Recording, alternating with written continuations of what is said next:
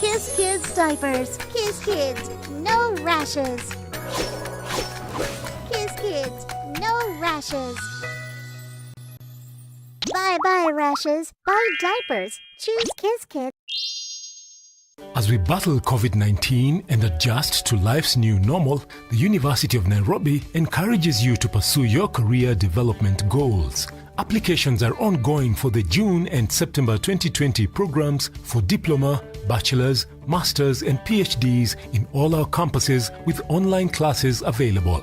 Prevent the spread of COVID-19 by following the government health guidelines. The University of Nairobi is a world-class university committed to scholarly excellence. Sona moja imetengenezwa kwa njia spesheli ili kupambana na maumivu kwa haraka. Sona moja ina aspirin kama kiungo. Sona moja, kitulizo kamili. Maumivu yakizidi, pata ushauri wa daktari. We care. For 26 years, we have been advocating for health rights with you and for you. We are determined to keep at it. Coronavirus is a global pandemic that poses significant threat to public health and tests the resilience of our health system. While implementing the public health and emergency measure, we encourage government to pay attention to human rights and principles around transparency, accountability, and respect to rule of law. We remain committed to working with government and other stakeholders in guaranteeing a rights-based response to COVID-19. Kellen, reclaiming rights, rebuilding lives. What comes to your mind when you think of the perfect home for your family? Is it the beauty, the comfort, the security, the convenience, or even the affordability? Victory Gardens offers exactly that and much more. It is just 10 minutes drive from Kitengela town and 3.8 kilometers off the tarmac. This gated community project comes with solar street lighting, Maram roads, beautiful trees, 24-hour security, and water connected to every plot. The best part is, families are already living here. Call us today on 0790 300 300 or visit www.optiven.co.ke. Optiven Limited, the pacesetters in real estate.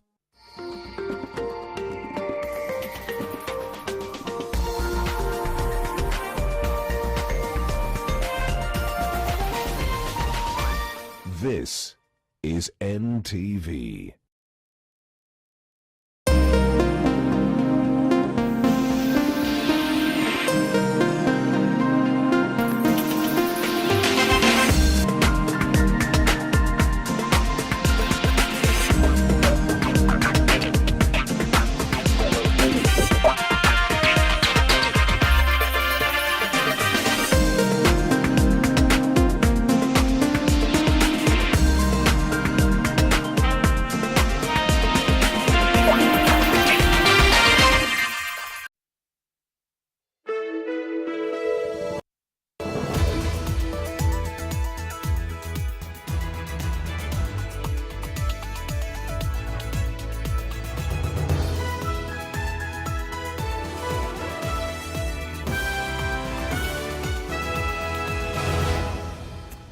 Well, tonight a first for Kenya in many ways, a low-key Madaraka Day celebrations and a new presidential award to celebrate the COVID-19 champions as Kenya numbers cross the 2,000 mark. It's also the beginning of the new month with many prospects as the president moves the country closer or a step closer to reopening of the economy. Good evening and welcome to NTV Tonight. Let's take you through the latest numbers of the coronavirus pandemic, and we begin with the global numbers, where the number of people who have tested positive for the COVID-19 stand at 6,317,980.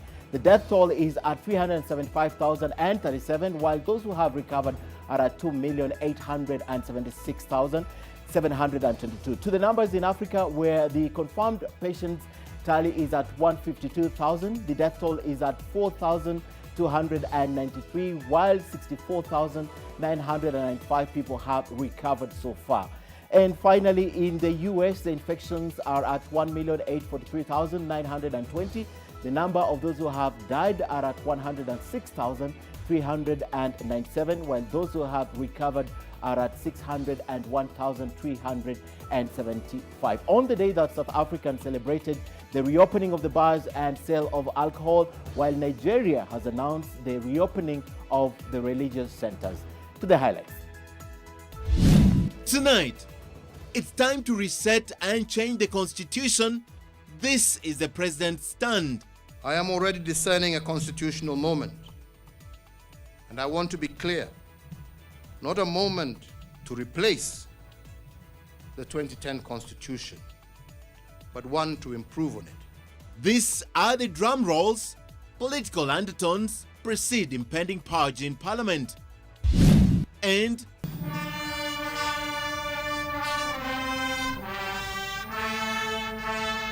57 years of self-rule. The president articulates his legacy so far and tells off naysayers on his railway agenda. They are in fellowship with the colonizers who called our railway the Lunatic Express. A different Madaraka Day with many firsts. Also tonight, Tumenyamaza all those days, hakuna mtu anatuambia anything. the stigma around government quarantine centers is still with us. Sasa tuko na hapa choo hazina maji. Watoka chooni waga mkono na sanitizer. Hatuna njia ya kusema hawa waende ama wasende isipokuwa kwa njia ya vipimo. Yaani Madaraka they want to be liberated. The numbers cross the 2,000 mark, but the ground is being set for reopening. Plus, containment measures found them away from home. Kuna nafasi fulani haiko. When the pandemic keeps you apart, the reality for many families.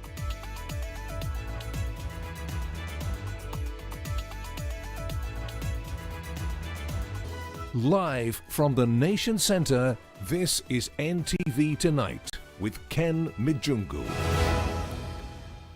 A very good evening. Our sign language interpreter tonight is Flora Atieno. To our top story. President Uhuru Kenyatta used the 57th Madaraka Day celebrations to advance his agenda to have changes to the constitution and use the opportunity to, in his own words, push the reset button and change the country's political architecture. NTV's senior political affairs reporter Kenen Mureithi was at State House Nairobi and tells us why the Building Bridges initiative appears here to stay, or in other words, today we had the drum rolls as reggae returns. Constitutional changes are well on the way. If you still have doubts, you may have to bid your Thomas days goodbye. President Uhuru Kenyatta, in his Madaraka Day speech, made it clear that he believes it is time to relook and improve at the 2010 Constitution. A moment that will right what we didn't get correct in 2010. But fundamentally, the constitutional moment that I discern, one that will bring an end to the senseless cycles of violence that we have experienced in every election cycle. In a speech that was laced with references to the country's founding fathers, President Kenyatta took time to justify his assertions on a change to the supreme law. One key point is in the politics of the land, with a lot echoing the views of the Building Bridges Initiative report, such as moving away from winner takes it all elections. If we have done great things in the area of brick and mortar, the greater things that remain to be done have to do with our governance system, and we must not be afraid of changing the system if it does not serve our present and future purposes. In his speech, the president noted the contribution of his father, the first president of the country, Mzee Jomo Kenyatta, the country's first vice president, Jaramogi Oginga Odinga, and firebrand politician, minister and trade unionist Tom Mboya, in modeling the politics of the country. He said that it is key that the political class, whose divisive temperatures have been rising, and some being driven by the desire for self-gain at the expense of the very people who put them in power. Indeed, as Martin Luther King Jr. said, and I quote, "We need political leaders not in love with money, but in love with justice.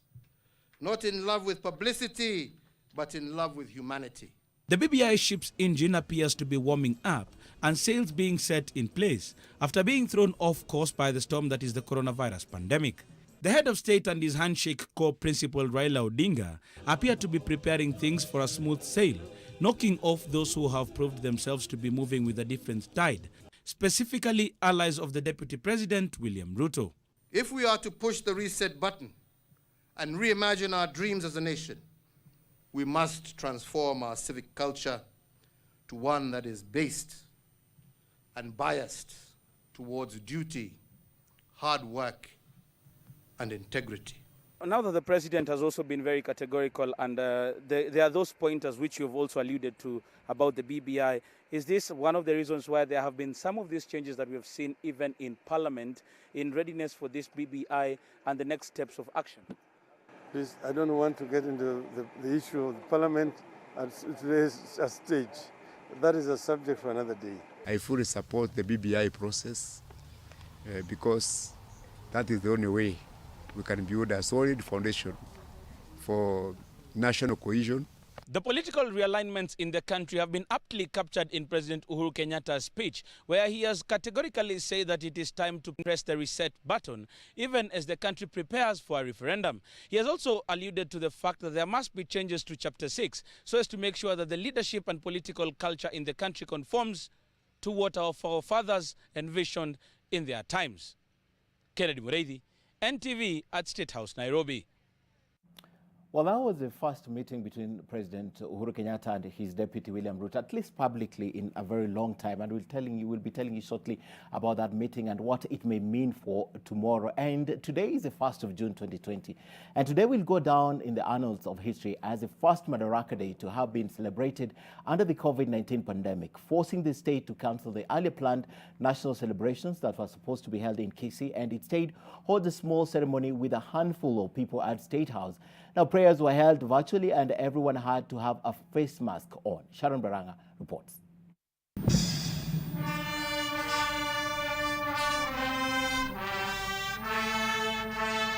State House, Nairobi was the venue of this year's Madaraka Day celebrations. Unlike previous year's national celebrations, which were marked in stadiums full of people and similar events held in all the counties, this year's Madaraka Day had no such freedoms. Only a few people received the invitation to attend the event held at State House. Let us pray. Prayers were also held virtually. There were no choirs to entertain the guests, and only recorded ones played. Police officers from different departments entertained the guests. A majority of Kenyans joined the celebrations at home through TVs and radios. And in another first, Major General Robert Kibochi accompanied him for his inaugural time since he took office as Chief of Defense Forces. What was also unique about these 57th Madaraka celebrations is that everyone who showed up for the event had to take the COVID-19 test first. Everyone, including the president, wore a face mask. The First Lady, Margaret Kenyatta, and the Deputy President's wife, Rachel Ruto, were in attendance. They sat together apart at a balcony. But not all the culture was washed away. The armed forces flew their planes in salute to the president. In preparation to respond to the post-COVID-19, county governments are reviewing their CIDPs and their annual development plans, re-engineering their 2020-2021 budgets to fit into the National Economic Stimulus Program.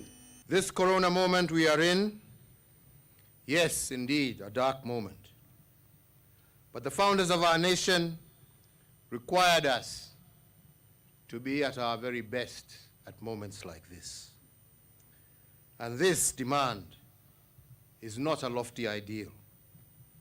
They themselves practiced it as they fought to bring us self-rule.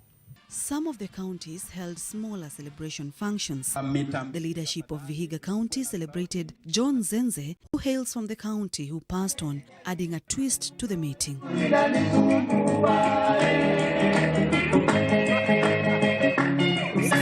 Recently, under the Jubilee government, every county is given a chance to host a national event. This time around, it was Kisii County's turn to host the Madaraka Day, but the arrangement was cancelled due to the COVID-19 pandemic.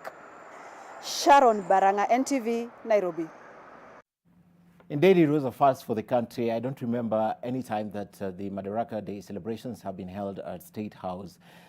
Now, 8 legislators from the county of Nakuru, allied to Deputy President William Ruto, have declared public support for President Kenyatta's development agenda and committed to attend Tuesday's Jubilee Party National Assembly Parliamentary Group meeting.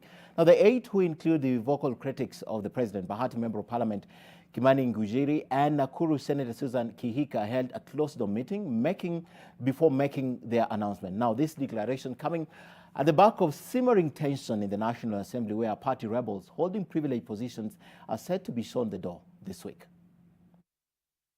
Tunaona watu wengine tungetaka kusema wanapigia wajumbe wetu simu huko kwa kando kando. Wewe utakuja PG, wewe utakuja PG, kama kuko na shida ya PG. We want to assure our president there is no problem with PG. Waache hiyo mabrokers wanatafuta wewe utakuja PG, wewe utakuja PG. You are the boss. Ukituita PG, we shall come. Na watukija hata tufanye maombi peke yake, mtu mwingine asiongee, utupe list yako, tutapitisha the way you want. If he feels that by having a different team, he will be able to deliver more for our people, that is what we are saying we fully support. As far as an invitation to the State House for a PG, they've said they will go. But we also say, and that's where we say, follow the law, do things in proper procedure. Really, the law requires, when you call for a PG, you are supposed to also give an agenda. So when you get some messages or some people saying, will you go if you're called, that's not a proper calling of a meeting. We have been invited for a Jubilee National Assembly Parliamentary Group meeting. So for those of us who may say that they have a lot of messages or they are in post-pay and may not have received the messages, get it from nominee 001, that our party leader, who happens to be the head of state and the president of this republic, is inviting the National Assembly Jubilee Parliamentary Group meeting. It sounded like the legislators were calling the president's bluff. Let's see what happens tomorrow, because NTV will sure have that covered for you. Now, the government has given the clearest indication yet that the standard gauge railway will not be extended to Malaba to link up Uganda. The revelation comes as President Uhuru Kenyatta sought to have Kenyans focus on the achievements of his administration, which his administration have made so far, while marking this year's Madaraka Day celebrations. Alex Mwangi now reports. The standard gauge railway reached Naivasha late last year, but the question as to whether it will be extended to Malaba in the near future is one that is of much public interest. Turning to railways now, this is where my biggest critiques reside, but that is okay, for they are not alone. They are in fellowship with the colonizers who called our railway the Lunatic Express. But those who called it the railway to nowhere did not realize at that time that they were describing this great city of Nairobi. But it appears the government has shelved that idea for now, likely part informed by the coronavirus pandemic. We are also in the process of rehabilitation of the Naivasha to Malaba meter gauge line, which is also about to commence. It means that goods destined beyond the borders will first be transported on the SGR until Naivasha, and eventually to Malaba on the meter gauge railway. There are further plans to boost the connectivity of central Kenya to the railway network. Apart from the SGR, I am also reviving the defunct Nairobi-Nanyuki railway line that traverses 6 counties. The president, who is seeking to build a robust legacy, seems bent on leaning heavily on infrastructure. Consider this about the port of Kisumu. This port was built by the colonizers, but collapsed at some point. We have since, working together with local leaders, revived it for strategic purposes. Lake Victoria serves both the northern and southern corridors. And with this port, Kenya can serve the region from Mwanza to Bukoba in Tanzania, to Jinja and Entebbe in Uganda, to Muhoma Bay in Rwanda at affordable costs and decent timing. The head of state also outlined his administration's progress in tarmacking roads and connecting schools and households to electricity. After 78 years of colonial rule, and 50 years of independent administration, only a total of 4.5 million households in Kenya were connected to electricity. But from 2013, and in only 7 years, we have connected close to 3.5 million households, bringing the number of households connected to electricity close to 8 million. While there are measurable advances that have been made by President Uhuru Kenyatta's administration, it is worth noting that the quest to aggressively expand Kenya's road network, the conceptualization of the standard gauge railway, its construction, and the push to connect rural areas with the national grid all commenced during President Mwai Kibaki's administration. 2030 Chairman Alex Mwangi, NTV.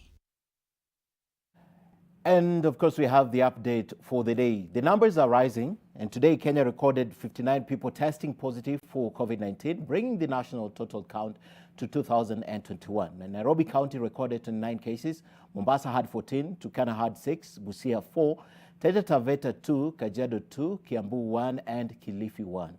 8 people have been discharged, bringing the total recoveries to 482. Sadly, the death toll has also risen to 69 after 5 more people succumbed to the virus. This is what the situation in the country looks like as plans to reopen the economy appears to be picking steam. Helen Aura reviews the new directives and expounds on why 6th June is a day many are looking to with a mix of jitters, hope, and of course, uncertainty.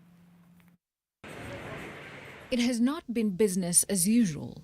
The new normal has forced Kenyans to adapt to the social, economical changes that have been brought about by COVID-19. This has seen the economy shrink, with many Kenyans forced to take pay cuts, while thousands lost their jobs. Kenyans from low-income sectors have been forced to depend on donations as they could no longer get the Juakali jobs they once depended upon. But the president has hinted at easing the burden soon. We can't be in lockdown forever. That's true. All right? That's true. We have to reopen our economy somehow. Yeah. All right? As much as we're seeing cases rising, we're seeing more people recovering and not so many people passing on as a result of this virus. Religious leaders have also called upon the president to consider reopening of worship centers, a move which many still fear could pose a threat and lead to uncontrolled spread of the virus. I have also directed the Ministry of Interior, the Ministry of Health, to continue and hasten their engagement with religious leaders across the country, with the objective of developing protocols that will be adopted to guide a more participatory way of worship while guaranteeing the safety of worshippers. The education sector has also been hit by uncertainty, with discussions underway on how to resume physical classes. But many parents have expressed concern about the safety of their children. For these parents, online classes are a better plan until a vaccine for the virus is availed. The Ministry of Education fast-tracks and finalizes the ongoing consultations with all stakeholders that will provide us with an appropriate calendar for the gradual resumption of education in the country. The guidelines should also include protocols to be followed by all learning institutions in order to guarantee not only the safety of our children, but the safety of their parents and grandparents. The president is expected to give further direction on the 6th of June. Helen Aura, NTV.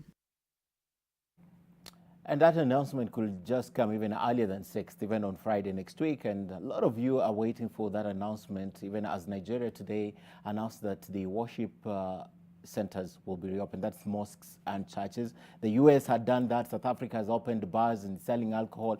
So this is something that a lot of you are looking forward to. Now, the ghosts of complaints and demonstrations against the conditions in quarantine centers are still with us. For some, these are not just ghosts, but to them, they are stark, uncomfortable realities.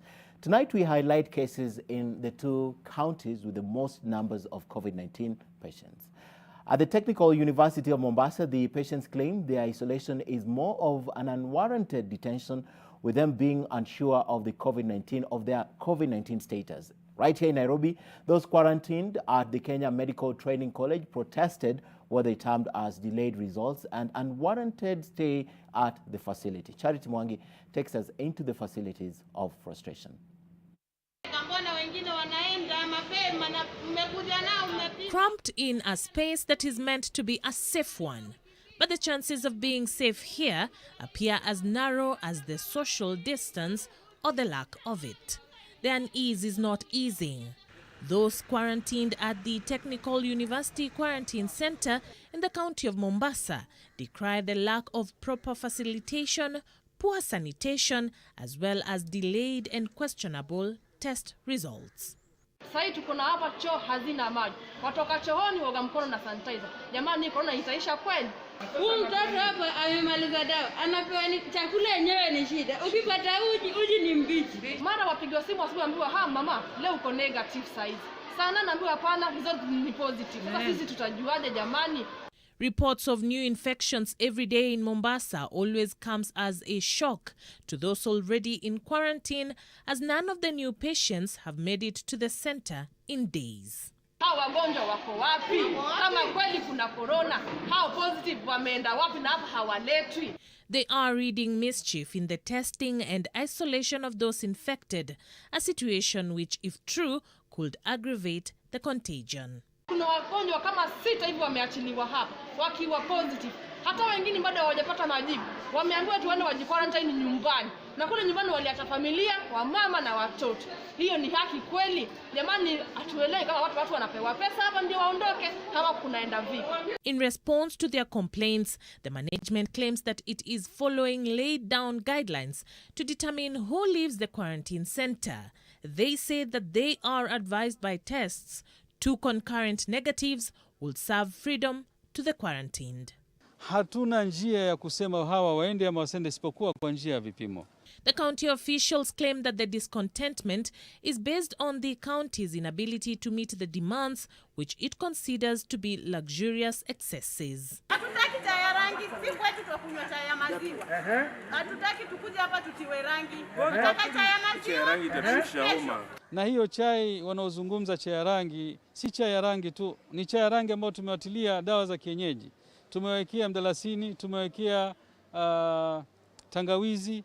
A heated exchange ensued as the county and patients who were meant to be resolving the issues at hand ended up as a negotiation of possible compensation for patients. Madaktari wanalipwa 20,000 kwa wara nao kuzunguka.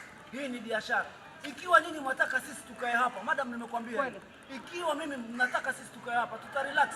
If we are going to pay us 25,000 a week. Hakuna daktari hapa amepewa pesa wala hakuna haya maneno mnasema kwa twalipwa sijui 20,000 na 1000 ngapi kila saa tukiweka wagonjwa hapa. This is not an isolated case.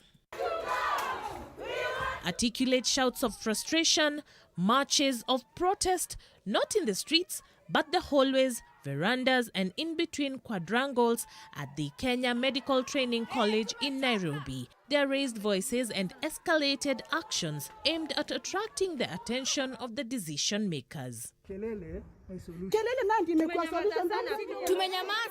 all those days, hakuna mtu anatuambia anything. Their patience has worn thin. Some of them say that they have been quarantined in the confines of the institution for up to 17 days, but their patience and silence has been taken for weakness.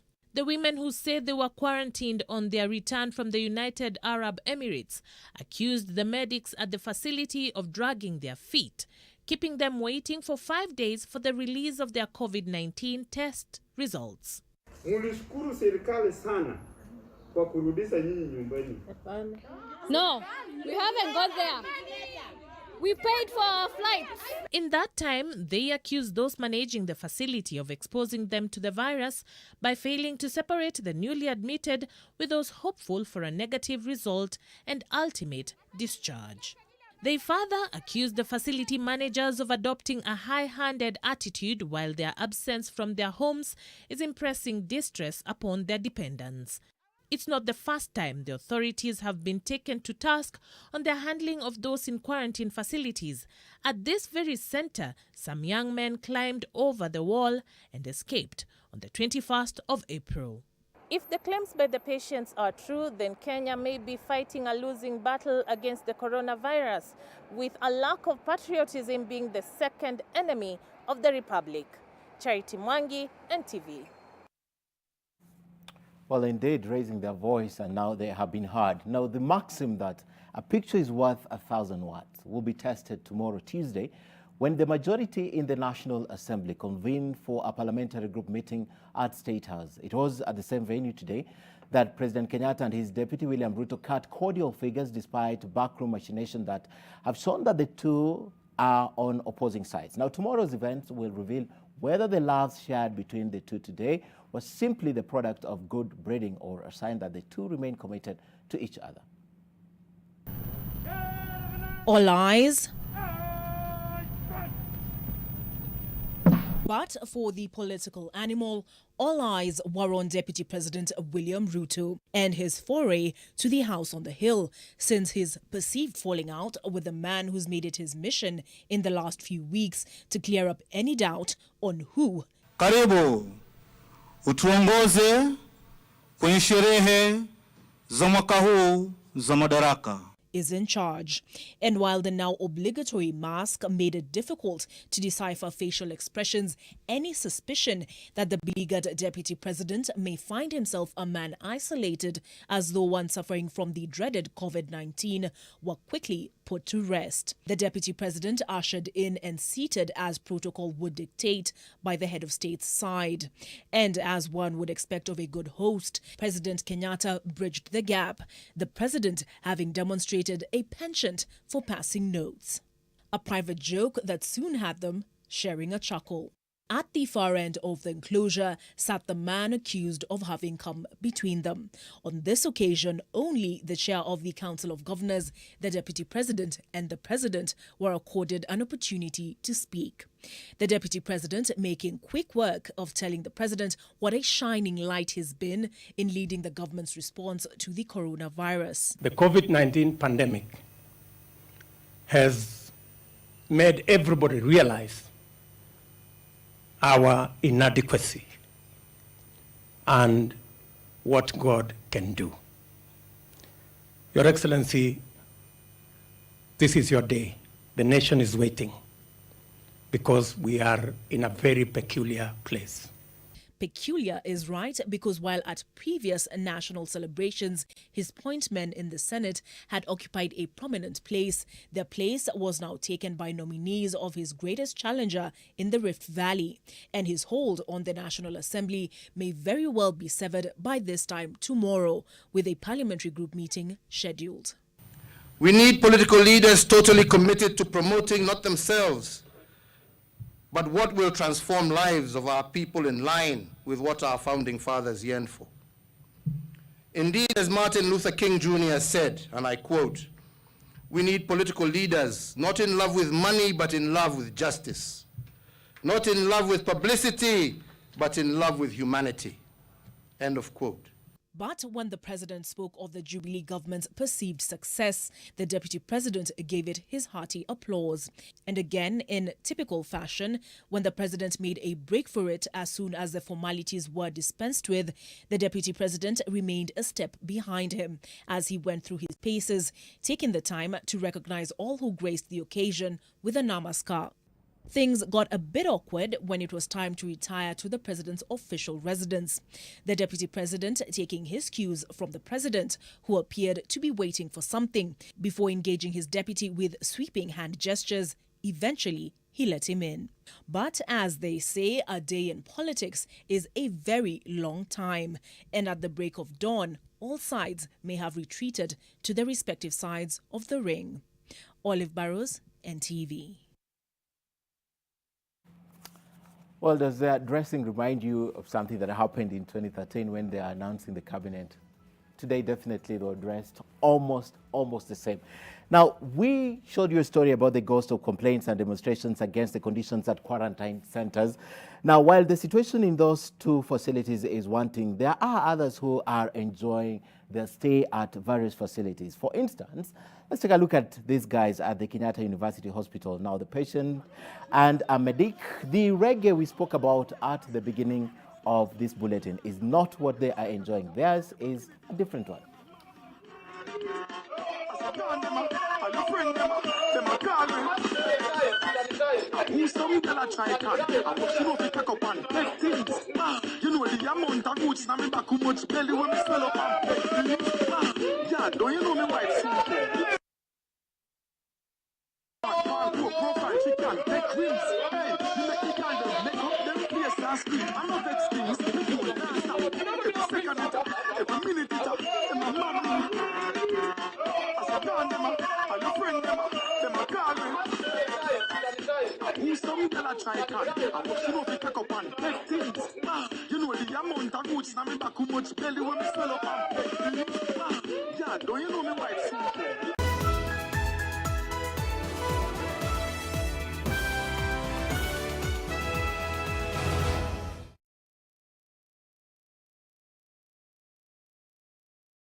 What comes to your mind when you think of the perfect home for your family? Is it the beauty, the comfort, the security, the convenience, or even the affordability?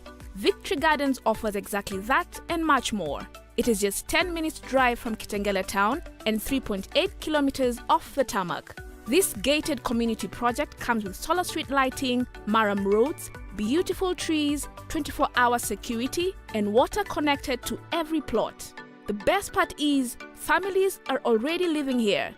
Call us today on 0790 300 300 or visit www.optiven.co.ke. Optiven Limited, the pay-saters in real estate. Who wants to answer? Mary? Mary has a toothache. Oh, I see. And who knows why? Because her tooth is too big. No, it might be a hole in her tooth called a cavity. That's why I brush twice a day using Colgate. Imagine this is your tooth and these are food acids that cause cavities. Colgate with calcium and fluoride helps prevent cavities For maximum cavity protection. and now available in a 12-gram sachet for fresh breath. Only 15 shillings. Disinfect and protect your home with Jik. Jik kills 99.9% of illness-causing germs. Disinfect floors, kitchen and bathroom surfaces, and wash white clothes, towels, and dishcloths with Jik bleach. Just Jik it. All you have to do is come up with a nice idea, develop it into a nice story, and not just any story, but a story that showcases the ideals, beauty, and diversity of Kenya. Get your mobile phone and shoot a short film and stand a chance to win up to Kenya shillings 500,000 worth of prizes. To participate, you need to be a Kenyan citizen, have a smartphone that can shoot video in HD, be between the ages of 18 to 35 years old, shoot a film not longer than 5 minutes. The film should be in English, but if you must use any other language, please use subtitles in your film.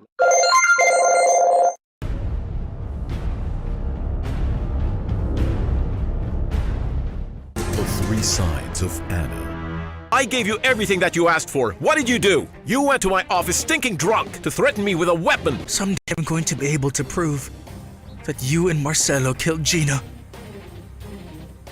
He is going to fight for the woman he loves, and I, Ramiro, will help him with everything that he needs. Do you hear me? Before you marry Ana Laura, you experience, in the flesh, what it's like to live with a permanent disability. Welcome to my world, Ramiro. The Three Sides of Anna.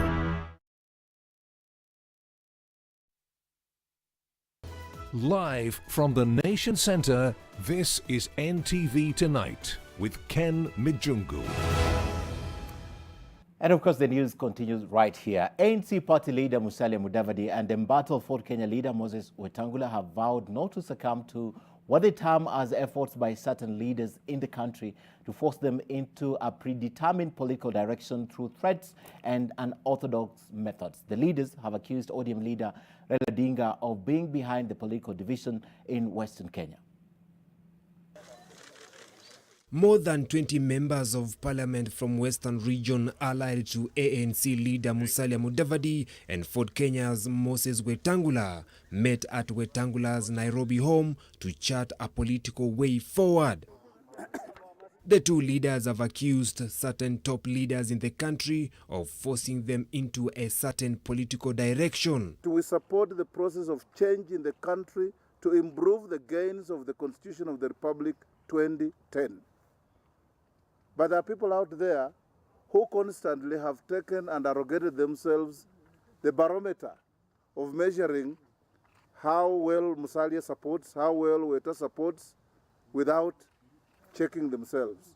We want to be able to speak and associate without being assumed that we are being directed or coerced. We want to be persuaded with logic. What we are refusing is to be persuaded by the pistol on the table. The leaders are accusing ODM leader Raila Odinga of being behind wrangles and divisions among the leaders from the region, despite the region supporting his presidential bid over the years. Odinga has turned things upside down in our house and expected that the owners of the home will not call him to order.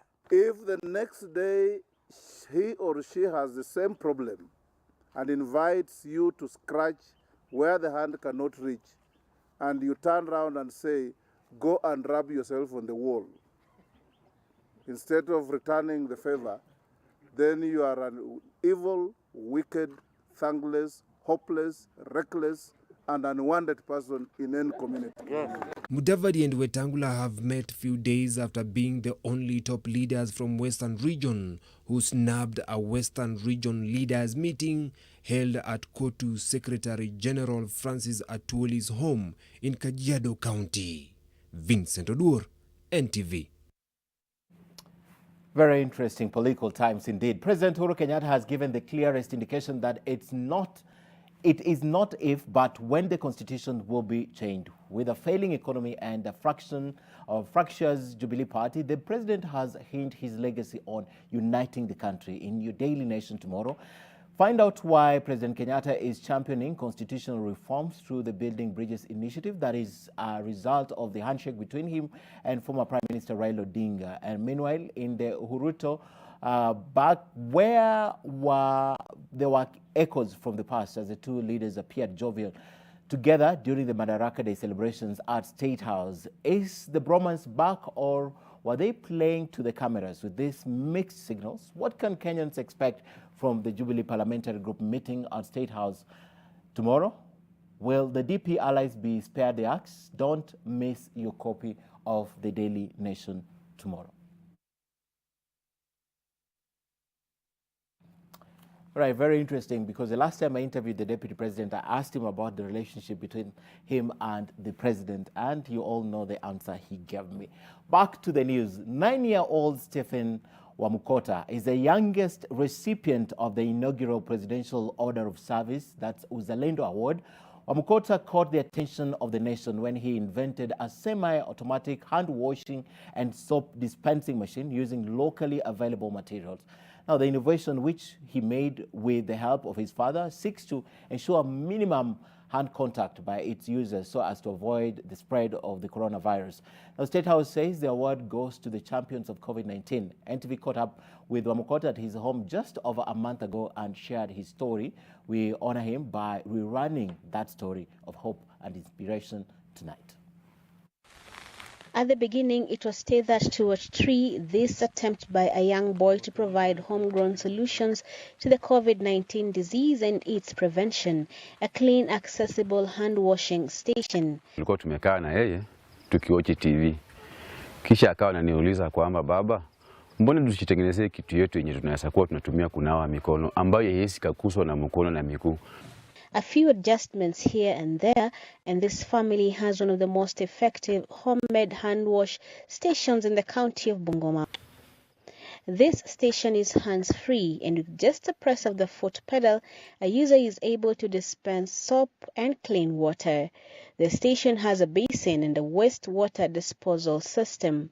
It is a culmination of a dream and a gift that the young boy has had. Nichukua mbao za baba na nikatengeneza na nikafika pale nikashinda na baba akanisaidia tukamaliza. Tuma kwa duka, alafu akarudi akaniambia, "Gai, mama wanatangaza kwa radio kuna corona." Alafu watu wamechukua mtungi wanatoboa na msumari. Alafu wananawa, alafu tena mtu mwingine akikuja anashika msumari tena anatoa ananawa tena anarudisha. Sasa hapo hivyo sibaru tu anashika hiyo magonjwa tena. Sasa akasema si tutatengeneza yetu naita kwa hivyo. And as they say, the apple doesn't fall far from the tree. Stephen is only following in the steps of his carpenter father. For now, though, he can't do the heavy lifting when it comes to actualizing his ideas, so his father does that for him. Unajua mtoto akianza kufanya kitu fulani mpaka umpe himizo uangalie venye anaendelea. Mimi na survive na talents. Sasa singependa ni uwe mtoto kama amejepuka na talanta fulani yenye inamsaidia katika maisha yake. Huenda maybe hata asifanikiwe kwa elimu venye anatarajia, lakini at least that talent can maybe help him in the future. Inamsaidia, inaweza manipulate na imsaidie kwa njia fulani ama nyingine. This costs just about 3,000 shillings only, a paltry sum compared to what his county used to acquire jerrycans only for the same purpose. Brenda Wanga, NTV. Well, congratulations to Stephen, and of course it's a well-deserved win for him, just like some of the journalists, including our very own Angela Okech of Nation Media Group as the Daily Nation, and of course Veronica also of Vera Okay of the Daily Nation, for championing the story of COVID and telling these stories each and every other day. Of course, there are 17 journalists in total. I'm just mentioning because of the bias, the Daily Nation and the NMG family. Now, Reteti Elephant Sanctuary has successfully released 4 elephants aged 3 to 4 years into their new home. That's in Sarah Community Wildlife Conservancy. This is the 3rd elephant release from the community-run elephant sanctuary to Sarah Rhino Sanctuary, which is also community-run. Reteti manager Moses Lenaipa says the elephants have been weaned off the special milk formula and have gained valuable experience in the bush with their keepers and are in great physical condition for release. In the build-up to the move, the elephants were familiarized with their travel crate and fitted with GPS tracking collars in partnership with Save the Elephants and the Kenya Wildlife Service, who developed the post-release monitoring strategy. This is to enable the monitoring and documentation of the elephants' health, safety, and of course, integration into the wild.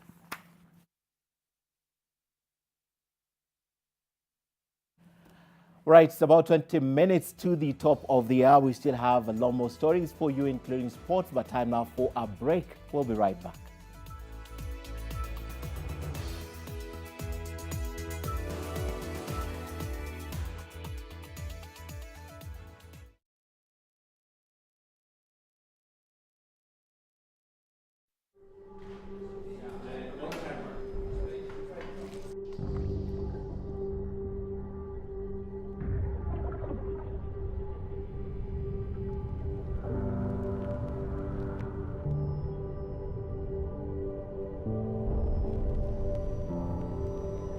Beat sensitivity pain fast with Sensodyne Rapid Action for clinically proven relief in 60 seconds.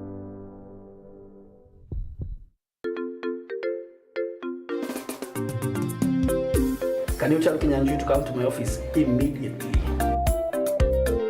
Good morning. Good morning. Mimi sipendi unapanguza floor. Hiyo dust uache hapa kwa meza. Clean up.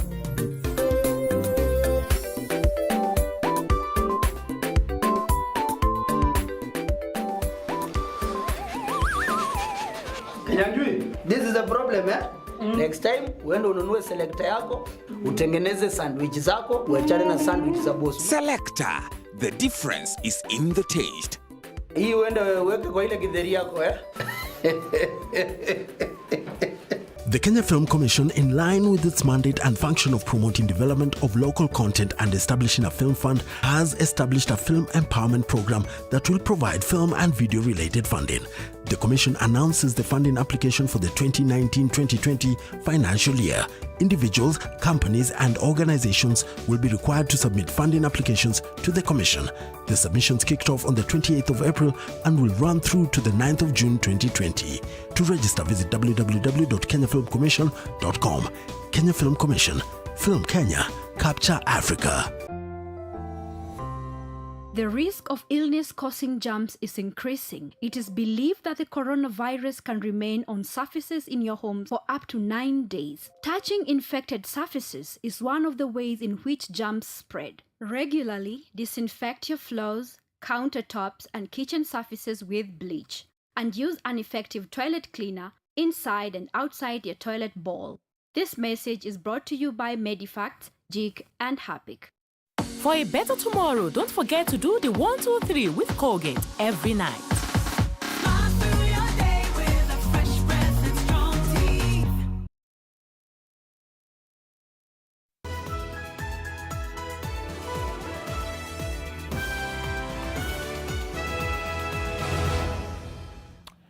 Now, imagine leaving home for either treatment or a visit, and while you're out there, and before you can return home, the president decides to announce the containment measures for your home county or even the town. This is not just an example, but a real-life story. Fatuma Bugu visited two families separated from their loved ones due to the bad movement into and out of their home regions, and here is their story. Amos Mutisia's family welcomes us to their home in Makaburini, Mombasa County. Every smile here masks an underlying sadness. Mutisia's wife and mother to their children, who is battling cancer, is stuck in Nairobi. Bibi yangu alitoka hapa mwezi wa 3 tarehe 31 kwenda kawaida kama koza ana attend chemotherapy kule Kenyatta Hospital. Lakini safari hii ilikuwa ni tofauti. Alipotoka hapa alifika kule Nairobi. Kufika Nairobi kawaida wanga anaenda kwa ndugu yake. Na akapata pia walikuwa wameenda nyumbani pia nao wakakwamia bara.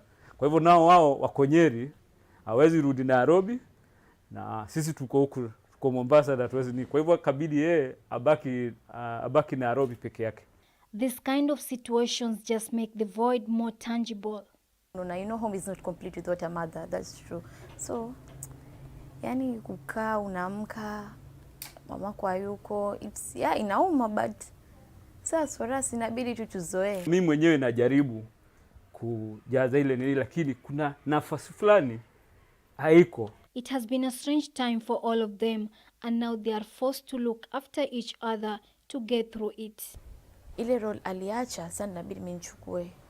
Like duties inafaa iwe ni mimi ndo nafanya, kunsure like kila kitu iko kwa nyumba. Tu akaishiki. Though challenging, video calls are now their only option. When we video call her, like, "Mom, we miss you." Yeah, she feels it and she's like, "I wish even me ningekuwa tu na hapo na nyinyi." The situation is similar to that of this family in Mtwapa Town, Kilifi County. Frederick Mahanu was forced to stay at his friend's house after being caught up in the containment situation.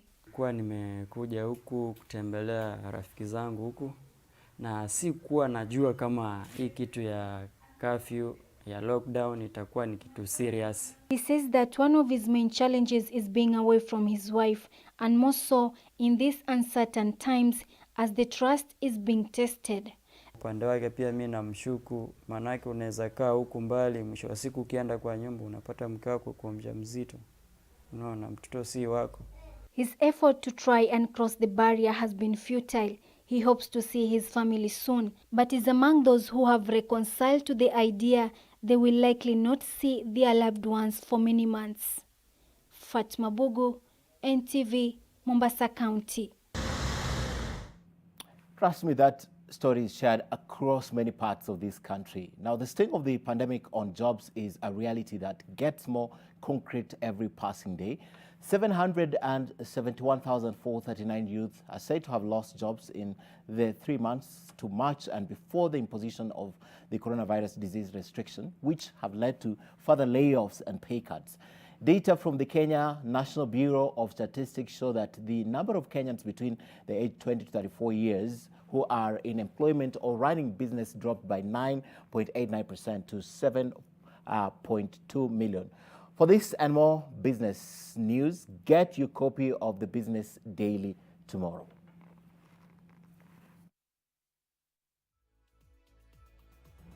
Right, time now for another break, but don't go away because we'll be back after this short break.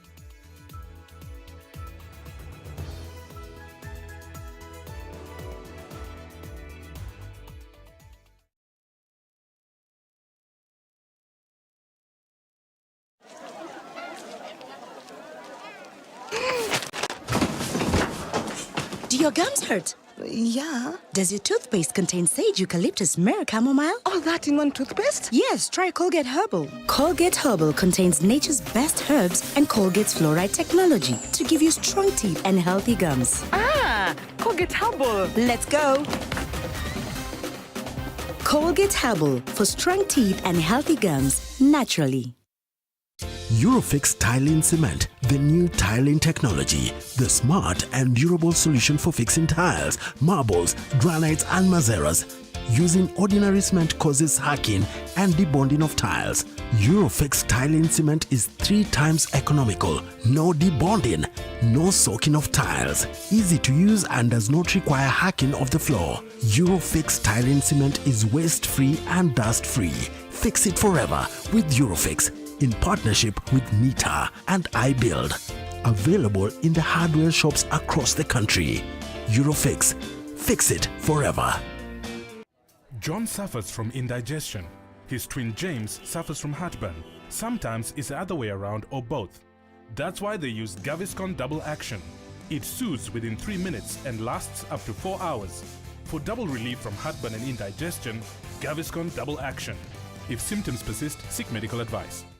The Kenya Film Commission, in partnership with Techno Mobile, CDI Gadgets, Documentary and Reality TV, has rolled out the 3rd edition of the Mobile Phone Film Competition. It is a competition for short films shot using exclusively mobile phones. To participate, you need to be a Kenyan citizen, have a smartphone that can shoot video in HD, be between the ages of 18 to 35 years old, shoot a film not longer than 5 minutes. The film should be in English, but if you must use any other language, please use subtitles in your film.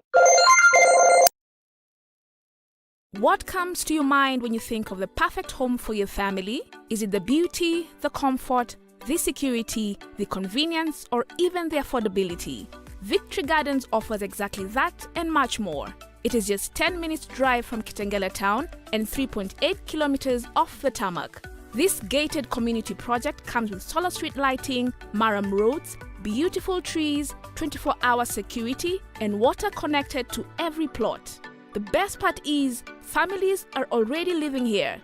Call us today on 0790 300 300 or visit www.optiven.co.ke. Optiven Limited, the pacesetters in real estate.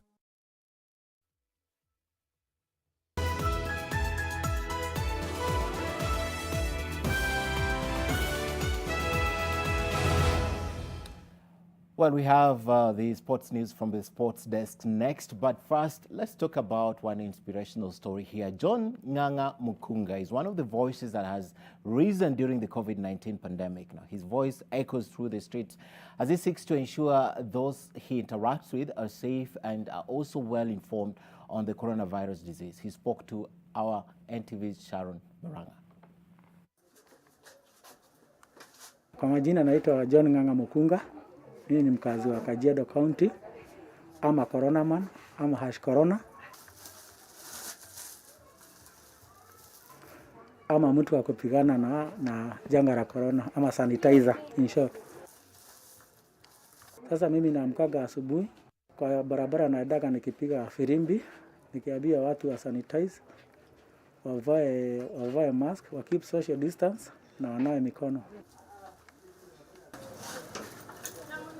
Naenda pale bus station, nashinda hapo ama from 6:30 ama saa 1 mpaka saa 11. Alafu sasa nashinda hapo nikiambia watu wa sanitize ama waingie kwa hiyo booth ya kuosha mikono na kusanitize. Ukipita pale, ile ni dawa.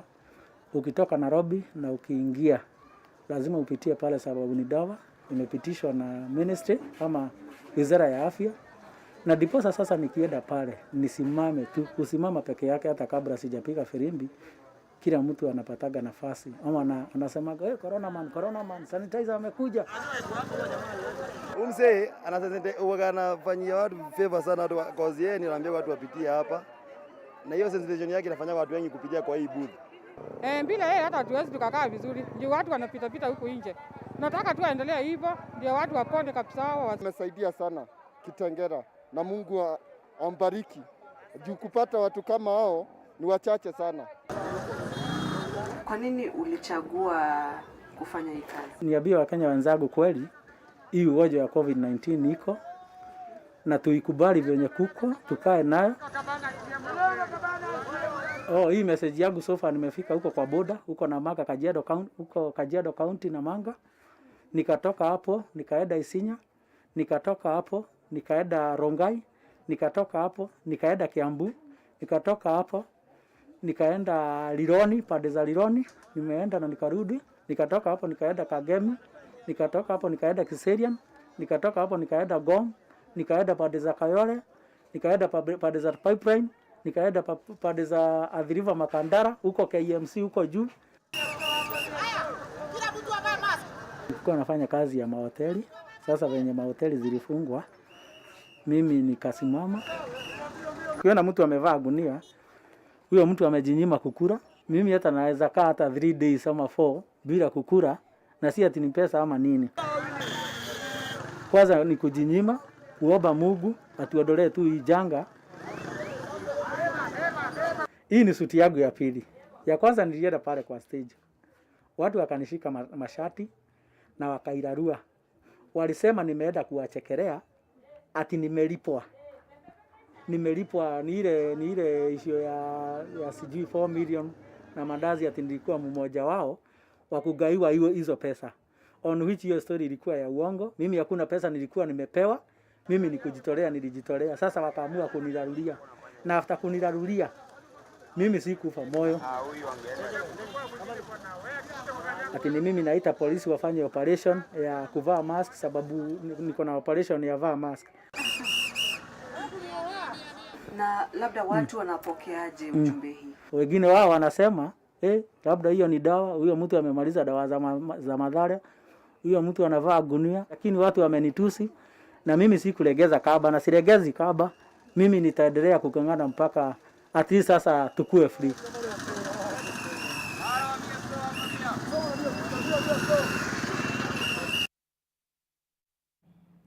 Well, Nganga is a real champion, don't you think so? Time now for another break. When we come back, we have all the sports stories for you. Stay with us.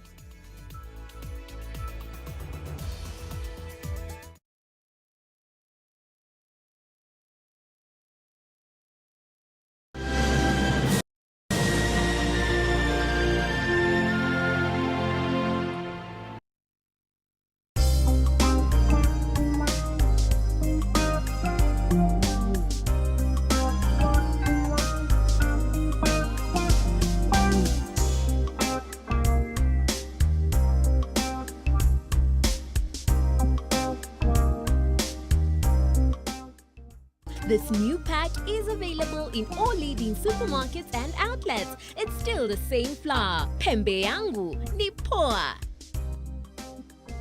Change your baby's diaper often and as soon as possible after bowel movements. Gently clean the area with mild soap and water or baby wipes. Have a clean diaper. Use diaper ointment to prevent diaper burn, diaper wipes or a container of warm water and a clean washcloth or cotton balls. Kiss Kids diapers. Kiss Kids.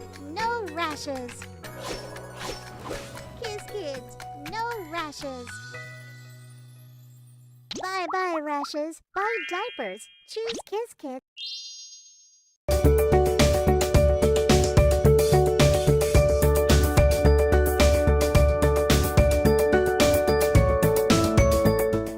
The Kenya Film Commission, in line with its mandate and function of promoting development of local content and establishing a film fund, has established a film empowerment program that will provide film and video-related funding.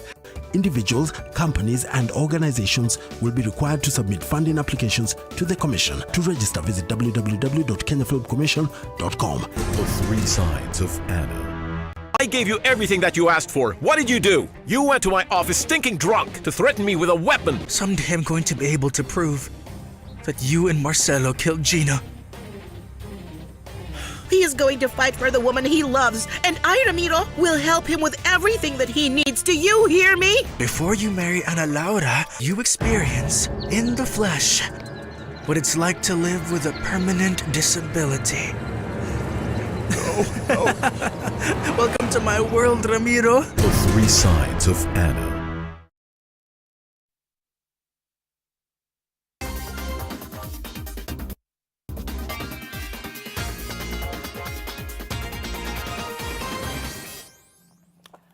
Right, time now for some sports. And football and politics continue to converge, with more and more sports stakeholders adding their voice to the worldwide protest against racism in the United States.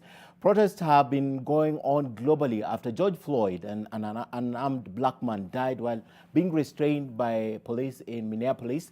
From Jadon Sacho and Ashraf Hakim unveiling a Justice for George Floyd t-shirt during a game, to Marcus Thuram taking a knee after scoring. Also in Bundesliga, to Liverpool players taking a moment from their training to take a kneel in the middle of their iconic Anfield grounds, and sporting stars, among them Lewis Hamilton and Serena Williams, taking to the social media to protest against racism in the US. This as Nike unleashed a powerful video titled "Don't Do It."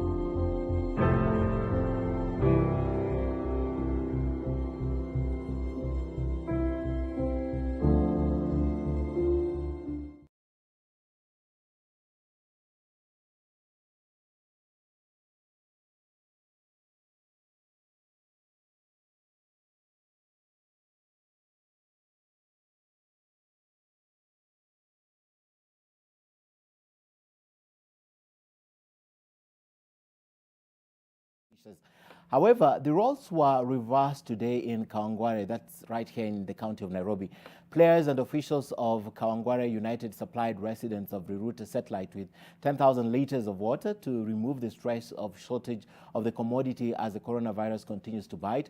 Some of the residents usually grace the Ndararuna grounds to cheer on the team in the normal season. Now, club officials say that the water aid initiative will definitely continue.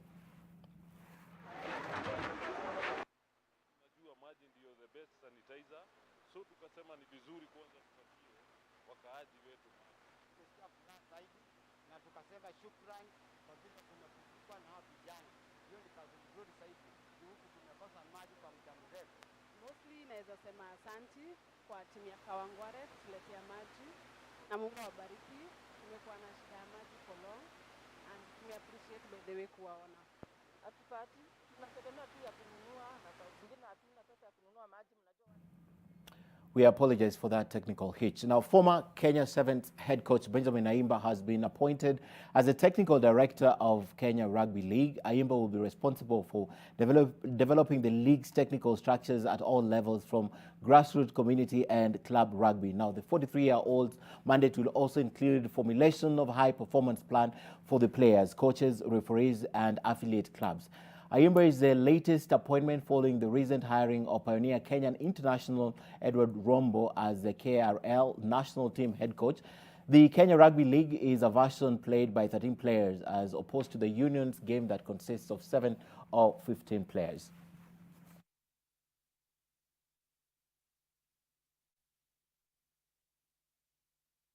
Away from local sports to some international news, and Manchester United have agreed a deal to extend Igalo's loan until the end of January 2021. Now, Igalo initially joined Manchester United in a deadline day move from Shanghai Shenhua in January and scored 4 times in 8 appearances in all competitions prior to the suspension of the English Premier League.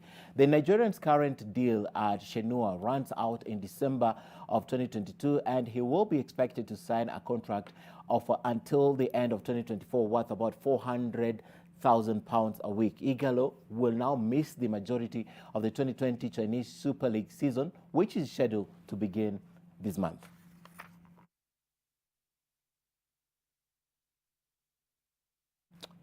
And this is good news to most of you who love soccer. La Liga clubs returned to full training on Monday for the first time in almost 3 months. Real Madrid and Barcelona stepped up preparations ahead of the season restarting in 10 days' time. Barca and Real were among those to begin full sessions on Monday as the two rivals get are set to renew their title tussle, which has the Catalans sitting 2 points clear at the top of the table with 11 games.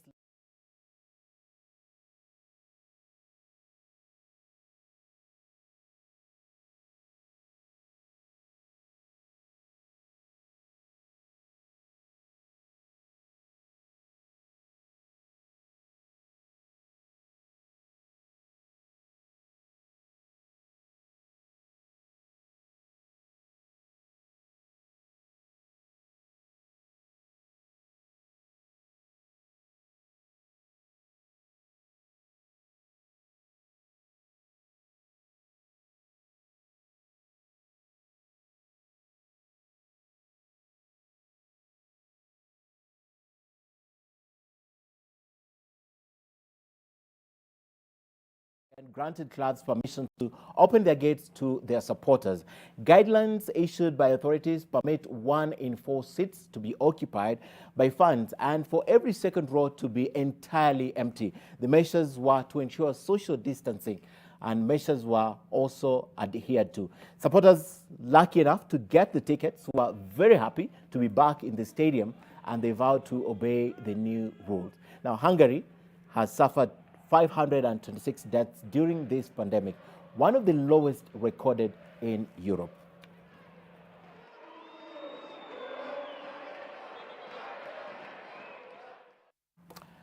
And of course, that was sports for you. Thank you very much for watching NTV tonight. I'll be back tomorrow, Tuesday.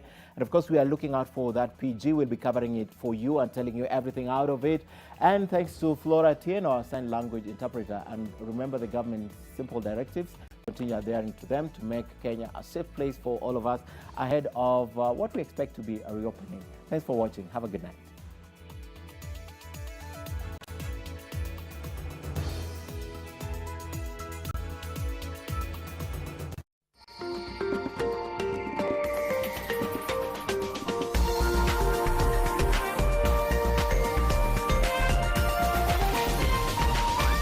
This is NTV.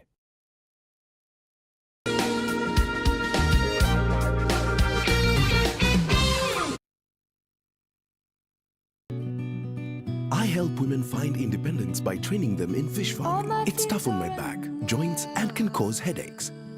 Panadol Extra relieves multiple types of pain. If symptoms persist, seek medical advice. Our independence cannot be complete if in fact there is any part of the world where the black man is not accorded his rightful position in society. He was by far the most brilliant politician Kenya has ever produced. It is not known when exactly Thomas Joseph Mboya was born, but he himself proclaimed his date of birth to be August 15th, 1930. It's a man who died because of his principles. When we remember, some of us remember that, you cannot corrupt us, because the best prize he offered to Kenyans was his own life. This is the time to make sure every table in Kenya has food on it. Dial *126# to transfer your bonga points now so they can buy food and necessities at any outlet with a Lipa na M-Pesa till. Safaricom is for you. The three sides of Anna. I gave you everything that you asked for. What did you do? You went to my office stinking drunk to threaten me with a weapon. Someday I'm going to be able to prove that you and Marcelo killed Gina. He is going to fight for the woman he loves, and Iramiro will help him with everything that he needs. Do you hear me?